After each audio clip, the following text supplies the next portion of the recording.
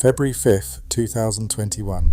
An operator at the Oldsmar, Florida water plant watches his cursor move on its own. Chemical controls open. The sodium hydroxide setting leaps from 100 parts per million to 11,100. Someone, it appeared, was trying to poison a city. Authorities called it a cyber attack. The story went national, but the FBI never found a hacker. So how did this become one of America's most alarming infrastructure threats, and what actually happened? The operator did not wait. He opened the chemical set point screen and manually restored the sodium hydroxide dosage to its normal operating level. The entire sequence, from the unexpected cursor movement to the manual override, took less than 3 minutes. The plant's chemical balance had been altered, but only momentarily. His rapid intervention prevented any toxic chemicals from flowing downstream, though the process of verifying that safety was only just beginning. Immediately after resetting the controls, the operator notified his supervisor. Recognizing the serious implications of an unauthorized modification to municipal water infrastructure, the supervisor initiated a rapid escalation chain. He ordered the immediate shutdown of the remote desktop client, TeamViewer, and contacted the city's senior management. Within minutes, the city manager contacted the Pinellas County Sheriff's Office. What began as an odd observation on a single monitor was now an active police investigation. Deputies arrived at the facility to take initial statements, while technical staff focused on securing the local network. By late afternoon, the plant systems were undergoing immediate hardening. Administrators disabled the remote access software across all workstations, updated network protocols, and began pulling connection logs.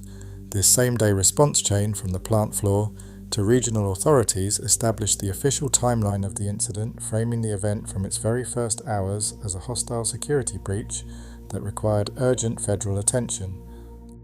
On Monday, February 8, 2021, 3 days after the initial discovery, Pinellas County Sheriff Bob Gualtieri stood before press cameras to announce a suspected cyber attack on critical infrastructure. The sheriff's office described the event as an unlawful intrusion, asserting that an external operator had bypassed security controls to alter the chemical set point.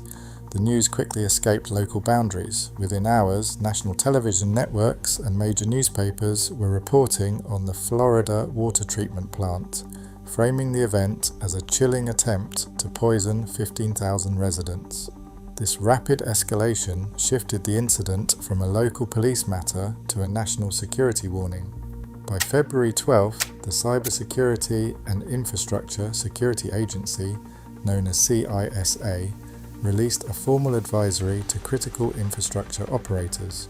The agency used the Oldsmar incident as a primary example of a potential SCADA network intrusion, recommending that utilities nationwide immediately review their remote desktop utilities and enforce stronger credential controls. This administrative response focused heavily on regional defense. Municipal leaders across Florida scrutinized their own networks, fearing that Oldsmar was the first target in a coordinated campaign against public utilities. Yet during this early phase, the threat remained provisional, while the narrative of a hostile cyber attack was treated with absolute gravity. Investigators were only beginning the painstaking process of reviewing connection logs and network traffic to determine whether a malicious actor had actually crossed the digital threshold.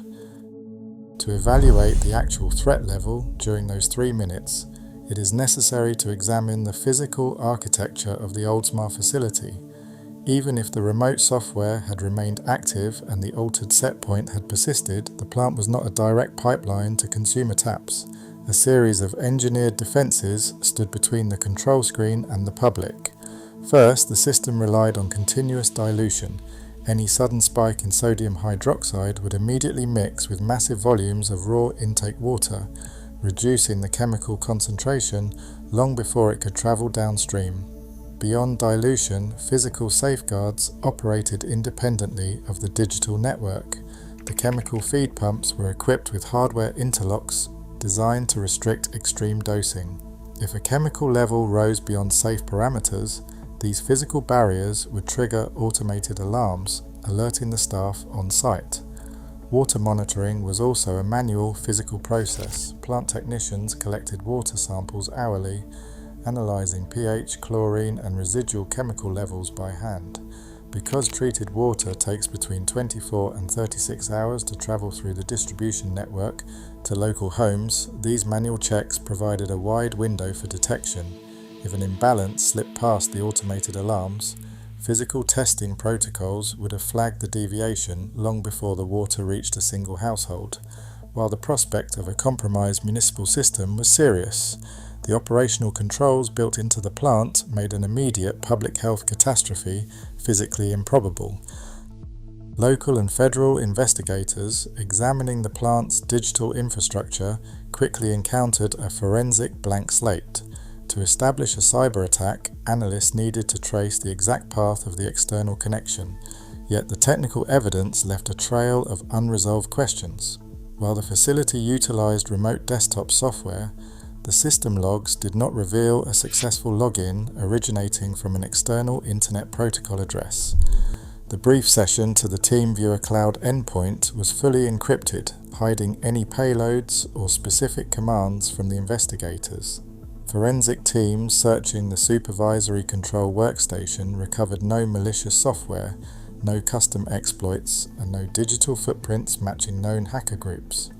Further complicating the inquiry, the plant's local computers operated under default settings that regularly overwrote older system logs, leaving a fragmented timeline of network activity. Security researchers studying the case files noted that without these keylogs, verifying a remote intrusion became technically impossible.